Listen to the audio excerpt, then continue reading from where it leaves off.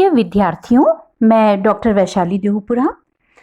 Previous class में हमने राज्यपाल के संबंध में अध्ययन किया था और आप सेकेंड ईयर के स्टूडेंट्स हैं जो इंडियन पॉलिटिकल सिस्टम का पेपर पढ़ रहे हैं अभी, और जिसमें बच्चों हमने जाना कि किस तरह से राज्यपाल की जो भूमिका होती है उसका क्या महत्व होता है। और आज हम लोग बच्चों पढ़ेंगे कि मंत्रिपरिषद क्या है और मुख्यमंत्री के बारे में हम लोग जानकारी लेंगे।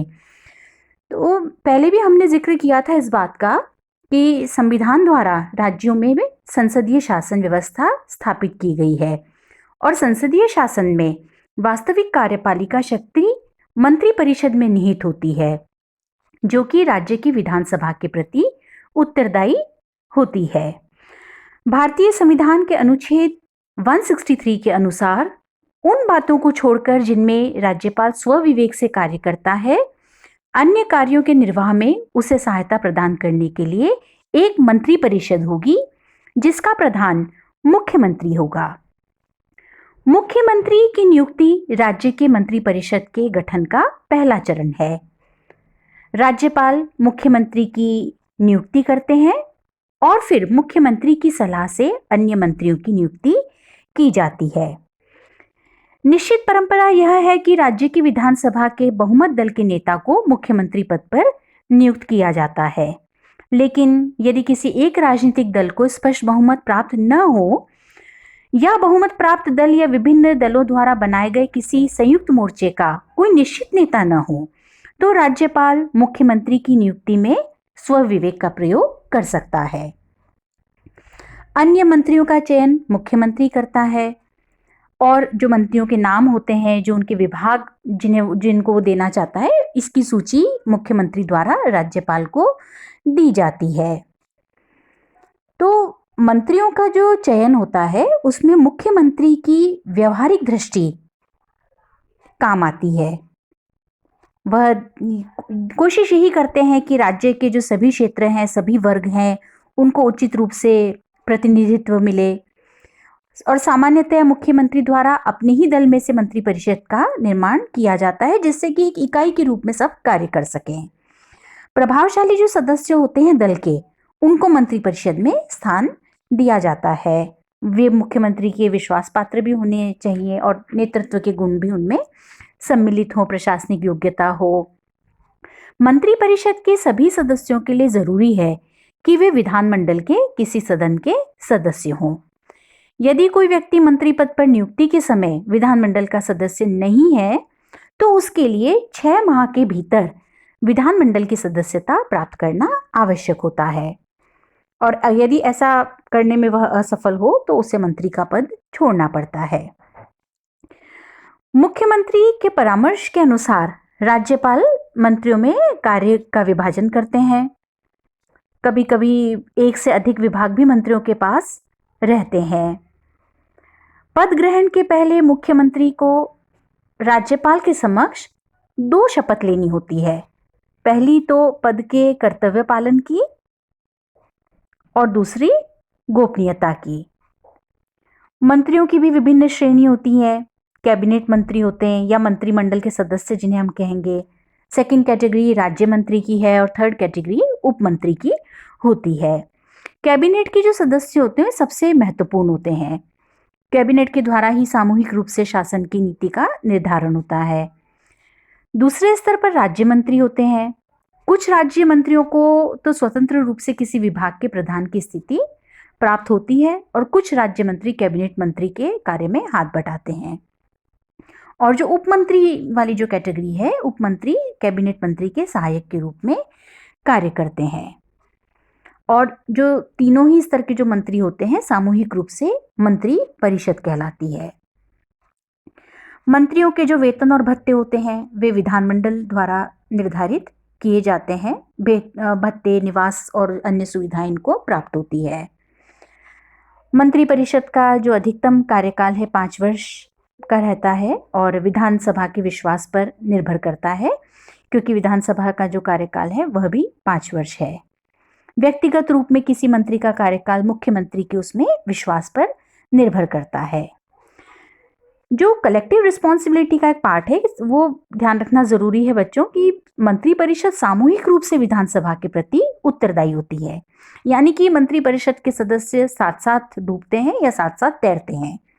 यदि विधानसभा किसी मंत्री के विरुद्ध प्रस्ताव पारित कर दे या किसी मंत्री द्वारा रखे गए विधेयक को अस्वीकार कर दे तो समस्त मंत्रिपरिषद को त्यागपत्र देना होता है।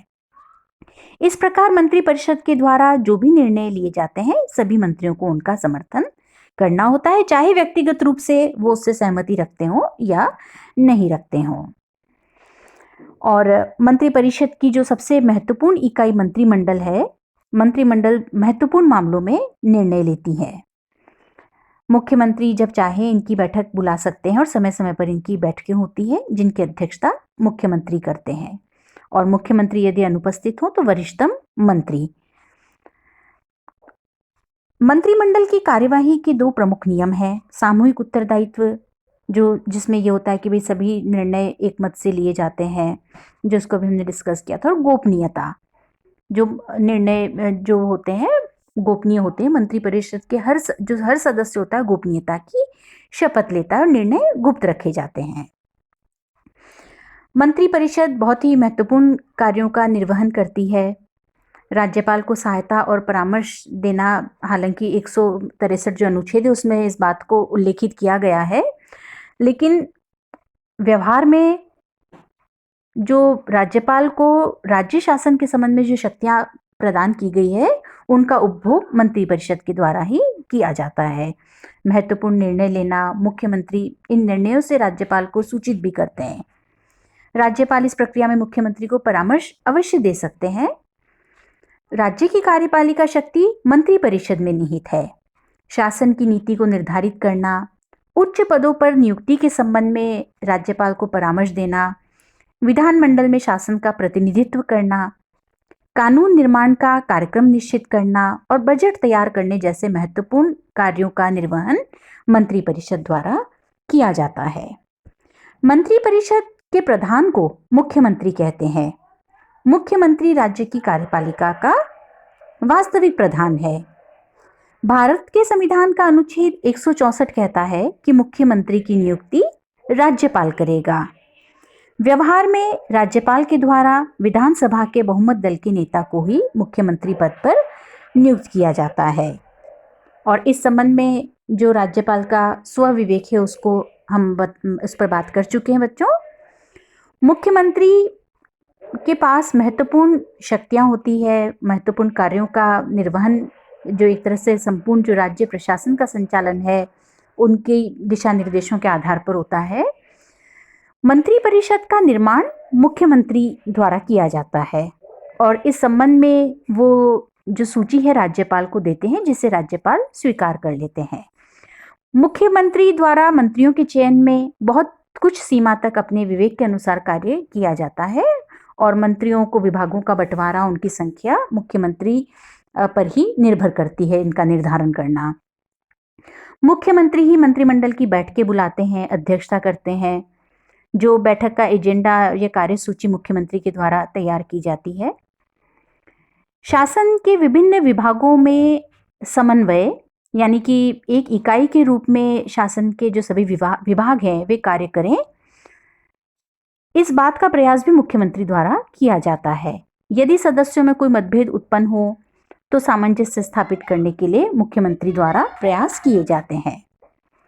मुख्यमंत्री परिषद के अपने सहयोगियों के बीच विभागों का बंटवारा करते हैं और जब चाहे विभागों या उनकी स्थिति में परिवर्तन किया जा सकता है। मुख्यमंत्री के निर्णय को सामान्यतया चुनौती नहीं दी जा सकती।